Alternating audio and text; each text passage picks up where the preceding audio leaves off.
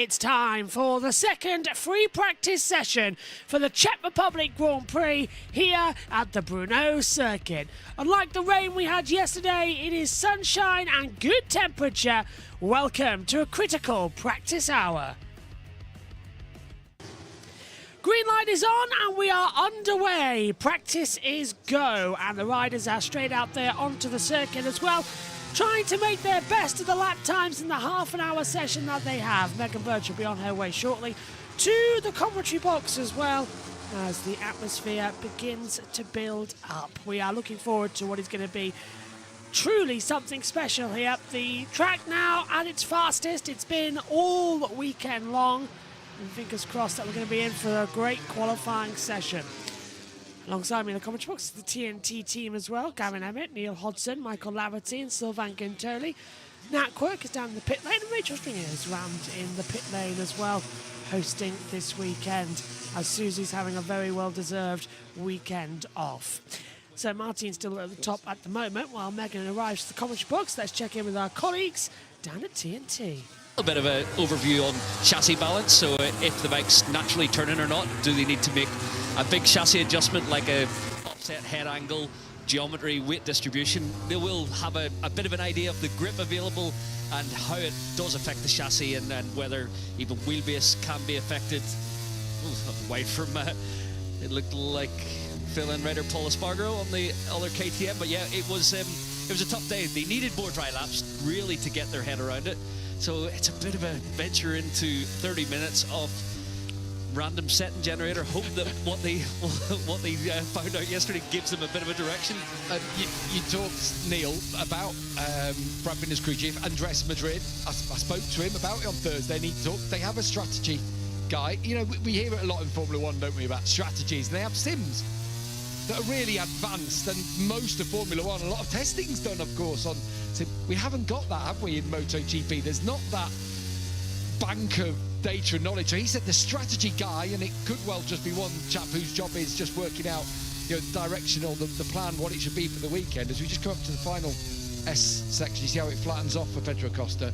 But he was saying they were scratching their heads, just did not know where to go. They were looking at other circuits that might have had a similar feel, and yet they've lost all yesterday as well. Yeah.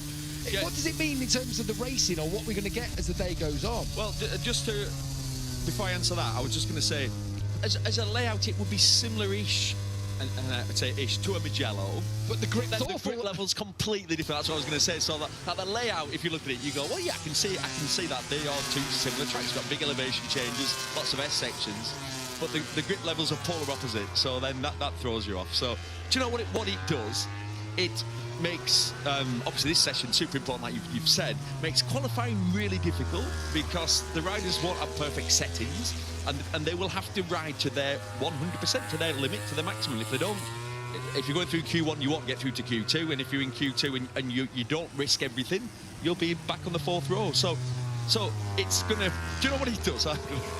Shot or a drum roll, it plays into Marc Marquez's hand. There you go. I was going to ask something. I'm just going to wait until Fabio Quartararo comes across the line. This could be the fastest ever lap we've had here at Brno. Yeah, it is. And it is a 1:54.3 exactly. The records have been broken already here at Brno. It's chalked off. It's just going to get quicker from here on in. But I'm thinking Fabio Quartararo, having had Dovi and Augusto Fernandez, Miguel Oliveira, Alex Rins tested here, Honda tested here as well. So do they have an advantage? Will it bring them into the battle? I believe so. You mentioned strategy earlier, so those strategies are traction control, anti-wheelie, torque modelling off the turn, how much you put in the rider's hands. All that will have been written with Dovi, so all of a sudden the Yamaha engineers have got a leg up.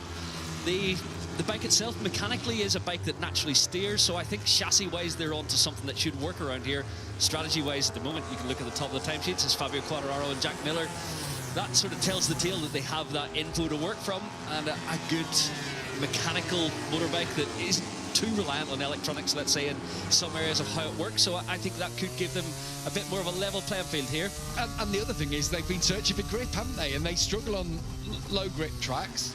This place, it's great to hear, isn't it? Yeah, it is. It's great to hear from riders. Oh, We love this place. How many times do we speak to riders on race weekends? Oh, this needs resurfacing, or this needs doing, or that. But everyone across the board saying it is brilliant. Get these guys to do every racetrack in the world. Yeah, we've not heard one negative comment about it, have we? And like you say, that's so rare when you go to a track that's been resurfaced. But the annoying situation normally is when they resurface a track, especially if the track's a little bit ripply, they resurface over the bumps and they're still there. And this track was so bumpy, especially into that last sector coming up into the final S. There was a real horrible kicker in the braking zone. So we've had a couple of 53s now from Marc Marquez and then from Fabio Quartararo. The Gian Antonio third, Firmino Laguerre fourth. I liked what I heard from Enea Bastianini yesterday. He basically said, I'm at less of a disadvantage here because everywhere he's going, he's learning. It feels like this weekend, everyone's, I think Rachel said it before, energised because, one, we're coming back to, for so many people, just love coming for the passion, how much people around here love the sport. For the racetrack, it's brilliant. It's a great city to visit as well. But it's given everyone a boost because it feels like it's brought the grid back together. Yeah, it's an opportunity for a number of riders, those like Bastianini, who's just in the edge of the top 10 at the moment, which is good to see. We haven't seen him start a weekend in dry conditions at that level. But yeah, Yamaha, likewise, they'll be feeling this is an opportunity for them. The Aprilia's working, Martin coming back. It maybe puts him at a slight less disadvantage given his shortage of track time on the Aprilia this year. So yeah, I think it's a good losing yesterday as well is never good for the team, but it's good for us. I think it shakes the order up a little bit, but I do agree with Neil. It tends to give Mark an even bigger advantage when the others haven't had time to dial their machine in. Can I explain why? Yeah. Please do. We've got 21 minutes so here. It's like, so why is it played into Mark's hand? He's not. Everyone's done the same amount of laps yesterday, essentially. Mark's got an ability to go to his limit, the limit, much quicker. A lot of the riders, and it's normal, and we're talking about the best riders in the world, it takes them a session or two to get to that point where that's the limit. Mark's able to do that within a couple of laps, and then from that moment on, after 2 laps, every lap he does is around that lap time. So he's feeling from the motorcycle, his feedback to his crew chief at the end of the session is more accurate because you are at that limit line. When you say it, there's one rider I think of in the past who was similar. Stoner. I can tell you both going to say it. Because Casey would roll out the box. On his outlap. On his outlap. If you're watching an outlap thinking, what's he doing? And then set a really fast lap and then come back in. Yeah. And I remember speaking to Casey at length about this. And he was there, I just don't understand why all the others are out there wasting fuel. Riding round. What? Why? I remember. If you've got to the limit, and you've then got information for your crew to go, right, listen, down into turn 10, I'm on the bottom, I can't brake any harder, I'm going to tuck the front, make a change. But he feels after 1 lap, normal people... But he didn't understand that. He doesn't understand that normal people, and I'm talking about the best riders in the world, it takes them 6 laps, 10 laps sometimes to understand, or to get to that point, to get to that limit. Yeah, Casey was better than Marc Marquez at that 1 lap. Mark is obviously ridiculously quick at getting to his limit, but Casey was slightly quicker. Yes, he also had about 10 or 12 outlap crashes in his early career. Yeah, you're right. Remember those in 125 and 250? Oh, well, there's one in South Africa. There's the one at Le Mans where, I remember some of them were just incredible. Yeah, you're absolutely right. And I never understood why he crashed on outlaps. Yeah. But then he's 2-time MotoGP world champion, one of the fastest motorcycle races we've ever seen in the history. Who am I to criticise?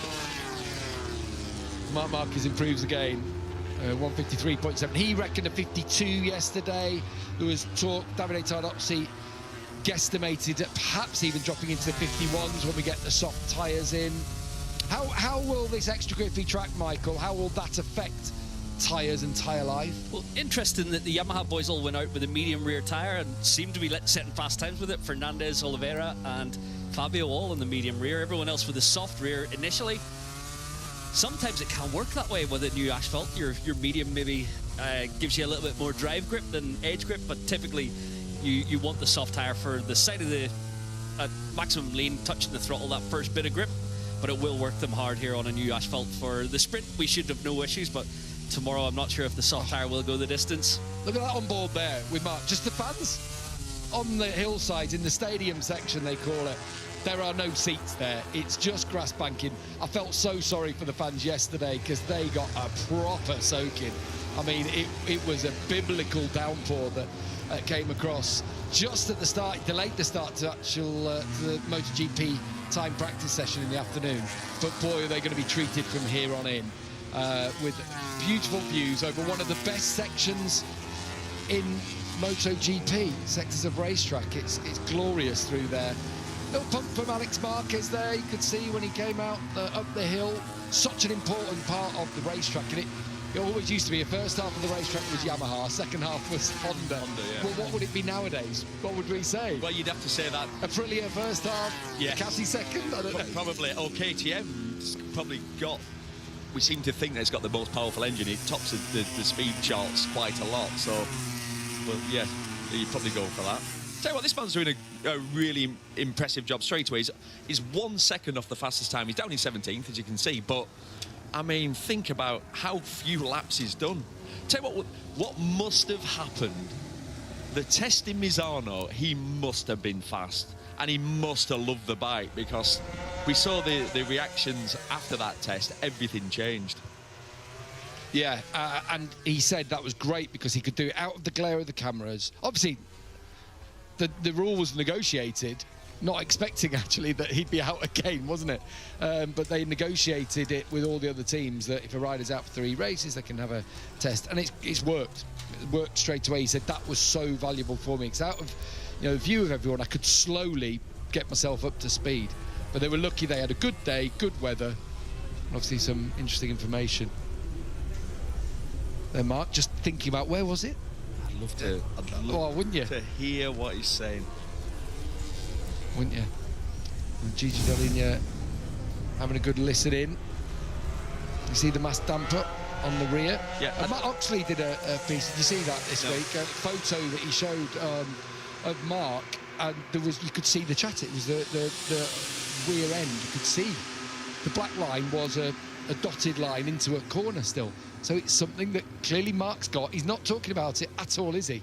But he purposely won't talk about it because that's part of the psychology of it. He loves it when other riders have issues, and he just doesn't say anything and just rides around the problems. But he clearly still has with that mass damper there. The fact that he's using the mass damper tells you that he's definitely got some sort of chatter issues. The idea is for that mass damper to try and change the frequency ever so slightly and dial out any sort of vibration, stroke chatter. Well, it's lovely on that bike, though, isn't he?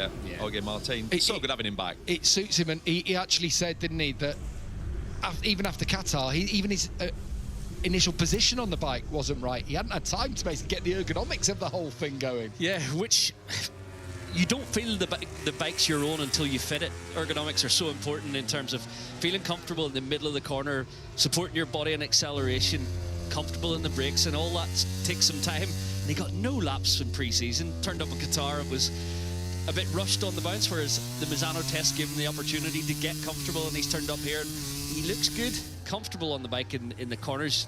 Body position looks really nice on the Aprilia.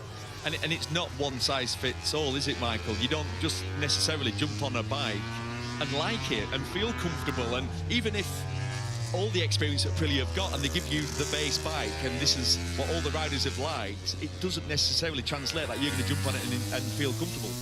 No, exactly. Some riders like the big pods on the side of the tank to get their knee in under to support them to hang off it. Handlebar positions, handlebar bend, handlebar offset, seat pad heights, curve. You have to tweak a lot. Even the footrests, the rear brakes, the thumb brakes. It takes a while to work through all those variables and get yourself into a nice comfy position. It was making me think of Top Rack, for example. Yeah. Who has a unique riding position. He has the seat really low. He likes to feel like he's sat inside the motorcycle, not on top of it. And that was actually one of his actually #1 comment from a couple of years ago when he tested the MotoGP bike, when he tested the Yamaha, that he felt like he was sat on top of it. He'd no feeling for the bike. It felt awful. It felt nervous. And they wouldn't change it for him. Which is fair enough. That was their decision to do that. There's one thing, obviously, as we know, Top Rack's coming into this championship next year. They will bend over backwards. Yeah, absolutely. They will tailor however he wants that seat unit. Pedro Costa went up into second spot. There's a chance for Pedro maybe to get stuck in this weekend with the lack of knowledge. The problem he's got is that he'll have never been here before. So it's all a bit of a learning curve. Just to highlight Jorge Martin, where he is, in just races and practices this year, Marc Marquez has done roughly 4,800 kilometres. Jorge Martin's done 370. Right, and that's just in practice and races. So he's about 3,000 miles on a bike behind the rest. And that's without testing, that's without the rest of the Sepang test, without, you know, the next test that they had over in Qatar. It is a long, long way behind. Oh, sorry, it was Thailand, wasn't it? Yeah, Second test. Yeah, and that's why it's so impressive. If you look, he's just 1 second off the pace right now. It's incredible, isn't it? Yeah. Look at that, the whole grid, in fact, is covered by 1.1 seconds right now. And the rider at the back is the winner from the last time we visited. Wow. How crazy is that? But you asked the question right at the beginning, didn't you? Like, how is it going to affect the riders, the fact that there's no data or very little data from yesterday? And what it does is it telescopes the whole field together. Yeah, Brad Binder, 22nd. Nakagami, who's here for Chantra.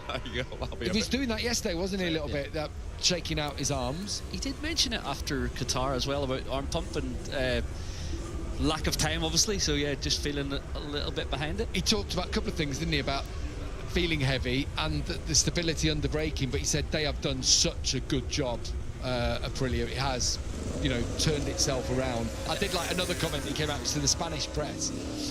Jorge Martin said, I'm not going to be there yet, but I know I am. I know why I'm a world champion. I just love how he talks. Yeah, even in that, we showed a little bit of it. He's bullish, he's arrogant in a good way. In the right way. In the right way for a motorcycle racer. Yeah. Like you have to be, like a boxer is. Yeah. You have to have that self-belief. You know you're going to get beaten up. He knows better than anyone that he's going to get beaten up at times. So you have to have such a strong self-belief that you can make the difference. You are the best. And he proved that last year. Against the odds, of course, because he wasn't in the main factory team. Yeah. You know, we talk about the point of difference, don't we? And perhaps, Jorge Martin and Aprilia is the point of difference that is required to beat Marc Marquez. Yeah. Maybe it is. Maybe it is. We don't know. At this moment, it's an unknown, but it's exciting. It's going to be exciting trying to find that out over the remaining 11 races. He actually said at that press conference, I've got 12 or 13 races left. I'm like, are you sure? He looked at the calendar, but now he'll have a summer break, won't he? Yeah, whatever happens here. There was talk he was going to do a few BSBs. I know, just to bring himself up to speed. Tom Sykes rode that Aprilia, didn't he, with Donington? I know did some, let's say, installation laps there, testing it. So watch out at Brands Hatch next week. Yeah, I think he'll like Brands Hatch as well, with Jorge Martin. Easy track to learn.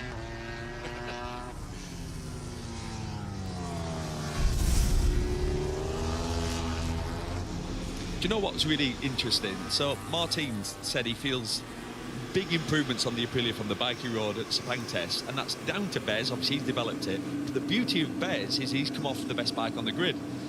So the Aprilia had been developed with Aleix Espargaro and Maverick Vinales, but you needed someone, the reference of the ride that's jumping off the best bike, and that's why the initial comments of the Aprilia was, this bike's physical, it's really nervous, and actually the engine's too aggressive.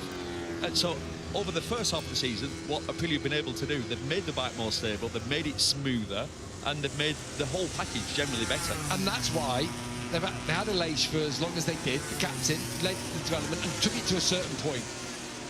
But they needed a switch, didn't they? They needed to change, and you know, I think it's done them really well, hasn't it? It has. And also, I think something that's been highlighted now when you see 1.1 all 22 riders, with the greatest of respects to Lorenzo Savadori, he's not quite at the level. The other test riders out here this weekend, Augusto Fernandez, he's up there in 17th at the moment, 0.9 off. You've got Nakagami, he's in there 1.1. Who else? Paul Espargaro, he's up in 6th. Shout out to him, 4/10 off for KTM. So that's 3 manufacturers with test riders who can fully cut the mustard in MotoGP. And Lorenzo Savadori, I don't want to be rude to him, but he's not quite there, and maybe that's blunted a little bit of Aprilia's development, and perhaps they do need to go. And obviously Yamaha have got a Dovi, there's Cal we haven't seen recently. Pirro we haven't seen race, but Pirro can operate at their level with the factory boys. So yeah, it might be one last thing that Aprilia need to address. I think that's an interesting point. Obviously, if a rider is race-paced, they want to be racing. Yeah, that's true. Which is the other part of it. Augusto Fernandez does not want to be a test rider. Absolutely He's a not. Moto2 world champion, and he's doing this job to get himself back in, isn't he? Pole Espargaro is at the other end. He actually is, you know, not wanting to race anymore, although I think he would have carried on. I think the decision was made for him, and now he's sort of accepted it. I've spoken to him about it. He seems happy with it. He seems so happy, doesn't he, with his life dipping in as and when. I don't know if Sylvain Guintoli is still available. I don't know. I mean, I keep seeing him dropping his business card in people's hospitality. You know, when we go and have a coffee, have you not noticed? I wonder what was in the briefcase. Proper 1980s as well, isn't it? It's tatty, that one. He needs a new one. I wonder what was going on.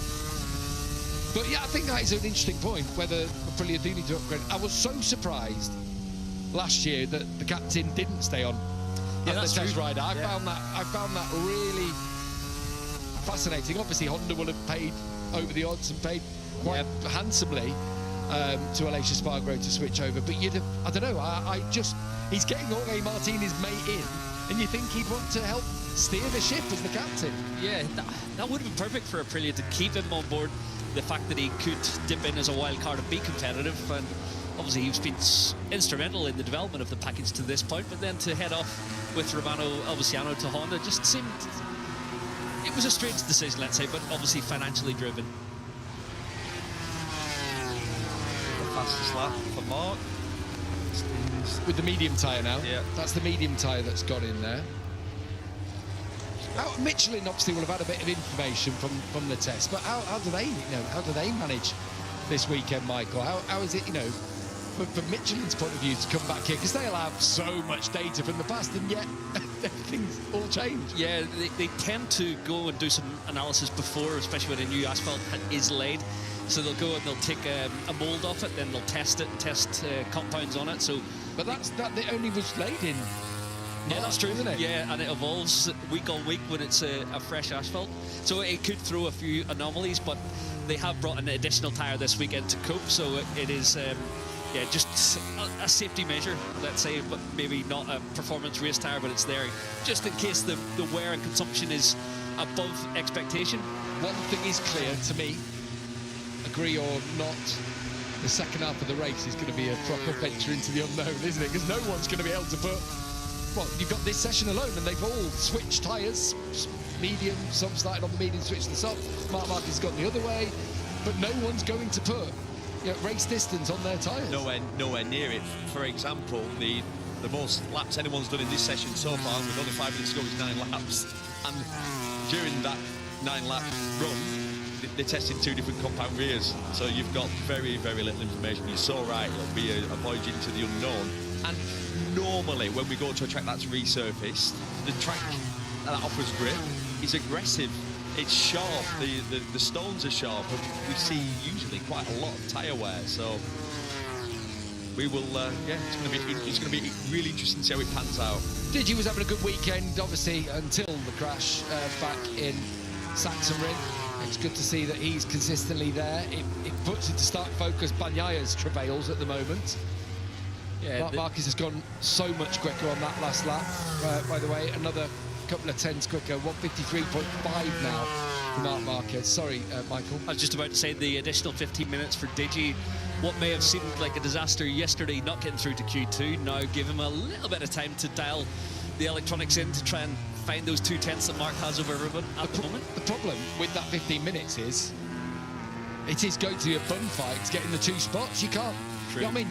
You're not going to even having one thought about the race or anything in the sprint. It is, I've got to get through, and that is not a given for anyone in that session. Definitely not a given.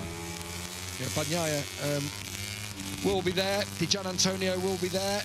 Who's running up at the front end here who might also be able to get through that session? Raul Fernandez is 9th, so he's going to have a shout, isn't he, of going through? And because of the lack of laps, it's going to be one of those quick 15-minute sessions where a bit of track position could help if you get a good toe. Just look how tight the times are. It's tight. Paulo Espargaro's in the mix. He's in 10th place, only half a second behind Marc Marquez. There you see a track of two halves. Marc Marquez, first two sectors. Fabio Di Gianantonio, second two sectors. But Marc's going again. He is just getting quicker and quicker here. Martin up to 8th. Just Wow. 0.5 off. That's brilliant, isn't it? Yeah, it is. Alex Marquez now installed himself up in 3rd. I think the interesting thing also to point out here is that look where Pecco Bagnaia is in 17th position. He's matched the time of Alex Rins on a 1:54.316, but he's still down in 17th. So he does have to go through Q1. We already know that from yesterday, but that bike is not working either good or bad. SHD, hello Sean, has just also put, I have a feeling that Bagnaia is not going to get into Q2. You've taken the words right out of my mouth. You must have been looking for the same thing I was on the monitor here. I don't think he is. 2 minutes to go then. He looks slow. He brakes with the wheels in line. This is Does not look Colorado. like he's going fast at all. The bike doesn't move, pitch.